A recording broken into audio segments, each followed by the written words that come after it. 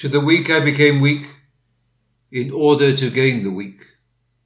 I have become all things to all people, so that by all means I may save some.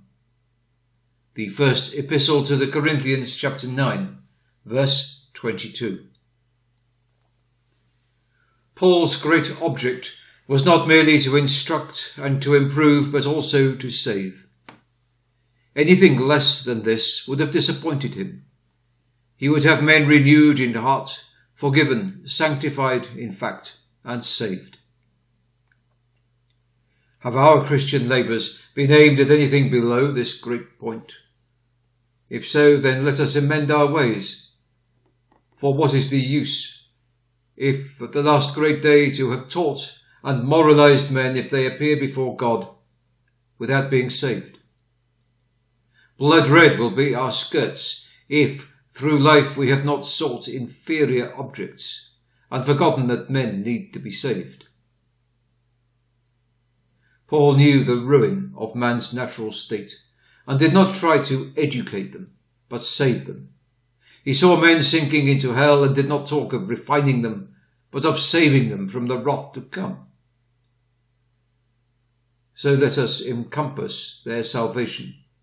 And like him, he gave himself up with untiring zeal to tell abroad the gospel, warning and beseeching men to be reconciled to God. His prayers were importunate and his labours unceasing. Saving souls was his consuming passion, his ambition and his calling. He became a servant to all men, toiling for his race, feeling a woe within him if he preached not the gospel.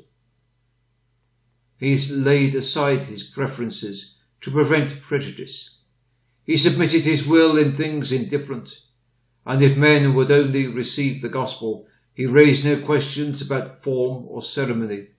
The gospel was the one all-important business with him. If he might save some, he would be content. This was the crown for which he strove, the sole and sufficient reward of all his labours and self-denials. Brothers and sisters, have you and I lived to win souls at this noble rate? Are we possessed with the same all-absorbing desire? If not, why not? Jesus died for sinners. Cannot we live for them? Where is our tenderness? Where is our love to Christ if we do not seek his honour in the salvation of our fellow man? Oh, that God would saturate us through and through with an undying zeal for the souls of men. Amen.